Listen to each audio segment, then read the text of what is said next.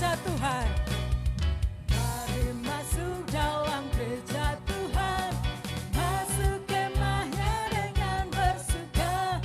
Mari masuk dengar suara Tuhan, masuk altarnya dengan sukacita.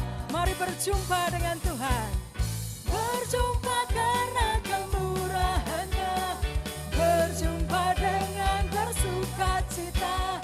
Siap menerima urapan-Nya, mujizat kesembuhan nyata. Mari masuk kemah pertemuan.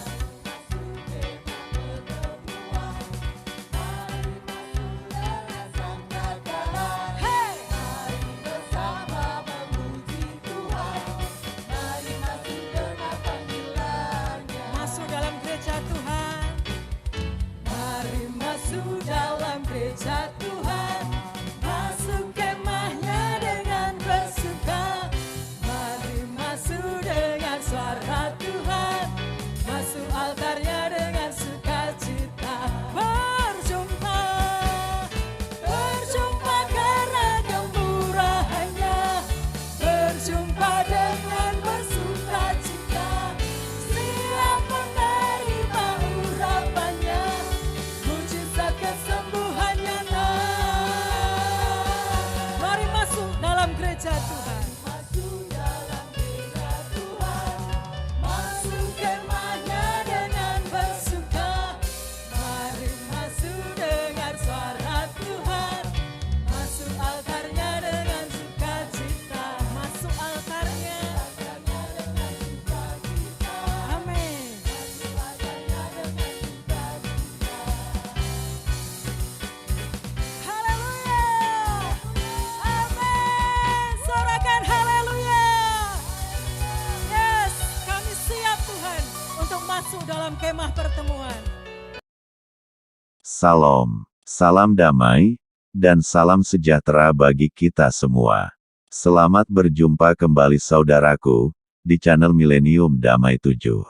Sungguh besar harapan kami, bisa menjadi berkat buat saudara-saudara semua, bisa menguatkan, membuat kita lebih bertumbuh di dalam Dia, Sang Pejunan kita. Mari saudaraku, sebelum kita mendengarkan renungan hari ini, kita tunduk di dalam doa. Bapa kami yang bertahta, di dalam kerajaan surga, kembali saat ini, kami anak-anak-Mu, menghampiri, mengucap syukur, atas setiap berkat yang luar biasa kami rasakan hari ini. Berikan hikmah-Mu atas kami, agar kami bisa memahami, apa yang terkandung dalam renungan hari ini. Berkata-katalah Bapa, kami siap mendengarkan suara-Mu. Amin. Rehan, Renungan Harian. Judul bacaan hari ini, menjadi seperti air. Kitab Efesus pasal 4 ayat 2. Hendaklah kamu selalu rendah hati, lemah lembut, dan sabar. Tunjukkanlah kasih-Mu, dalam hal saling membantu. Di sebuah sungai, ada batu-batu besar berwarna hitam, yang tertanam kokoh pada dasar sungai. Batu-batu itu menyembul ke atas, sehingga banyak warga desa, yang memanfaatkan untuk mencuci pakaian di atasnya. Suatu hari, arus air sedikit lebih deras dari biasanya. Mungkin karena hujan deras mengguyur desa selama 2 hari, sehingga aliran air sungai menjadi deras. Meskipun aliran cukup deras, tapi batu-batu itu tetap berdiri kokoh, tak tergoyahkan. Batu-batu itu seolah menunjukkan kehebatannya, untuk bertahan di tengah-tengah terpaan arus sungai, sedangkan air sungai mengalir nan lembut, mencari jalan, dan celah, di mana ia bisa terus mengalir. Seperti 2 jagoan yang sedang bertarung, yang satu melawan dengan cara berdiri tegak, menghadang lawan, sedangkan yang lain, secara lembut mencari jalan yang bisa membuat tujuannya tercapai. Untuk menjadikan hidup ini lebih mudah, mestinya kita belajar menjadi seperti air yang mudah menyesuaikan diri, sabar, lembut, dan bukan bersikap keras kepala, serta membangkang.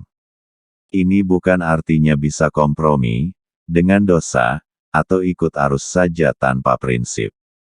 Menjadi seperti air artinya, memiliki kelenturan hati yang mudah dibentuk, taat, mencari jalan damai, dan rendah hati. Kitab Efesus pasal 4 ayat 2, berkata, hendaklah kamu selalu rendah hati, lemah lembut, dan sabar. Tunjukkanlah kasihmu, dalam hal saling membantu. Memang seringkali ketika masalah datang, baik pada saat seseorang berkata kasar, merendahkan, atau menuduh kita, seketika emosi akan naik, dan ada keinginan untuk menantang, dan membalas. Jarang sekali orang yang memilih untuk memahami kondisi orang yang sudah menyakitinya, atau mendoakannya.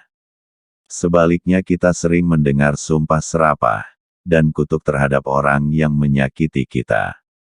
Bahkan ada pengikut Kristus yang memegang prinsip, jika kamu bisa menyakiti saya juga bisa membuatmu lebih sakit. Ini sesuatu yang sangat menyedihkan hati Tuhan. Bukankah pembalasan adalah hak Tuhan? Di dalam kehidupan berumah tangga pun, penting sekali untuk bersikap seperti air. Tidak kaku, melainkan mudah menyesuaikan diri. Tidak keras kepala, tapi memiliki ketundukan, dan kerelaan untuk dibentuk. Tidak keras hati, dan tidak mau mengalah, melainkan berbelas kasihan, dan memaafkan. Tidak selalu menuntut pasangan untuk berubah, tetapi bersedia berubah, kalau memang kita harus berubah. Seseorang bisa memiliki hati yang lembut, jika ia mengizinkan Roh Kudus bekerja di dalam hatinya. Ini bisa terjadi, karena Roh Kudus senantiasa menuntun orang percaya, untuk hidup dalam kehendak-Nya, dan menghasilkan buah roh. Kita juga perlu meminta kerendahan hati, agar tidak menganggap diri paling benar, bisa memahami, dan menerima orang lain, mau berubah, dan tidak selalu menuntut orang agar berubah. Tuhan memberkati kita semua. Mari kita tutup renungan hari ini dengan doa. Terima kasih Bapa, untuk kasih setiamu dalam hidup kami. Ajarkan kami untuk lebih dekat lagi denganmu, kami rindu bergaul intim lagi denganmu, seperti tokoh-tokoh dalam Alkitab. Ketika mereka bergaul intim denganmu, hidup mereka dijagai, dilindungi, bahkan kehidupan mereka diberkati. Kami merindukan itu Bapa. Saat ini, kami siap, kami mau membangun hubungan lebih intim lagi denganmu, dan biarlah wajahmu tidak pernah berpaling atas kami. Terima kasih Bapa. Haleluya. Amin.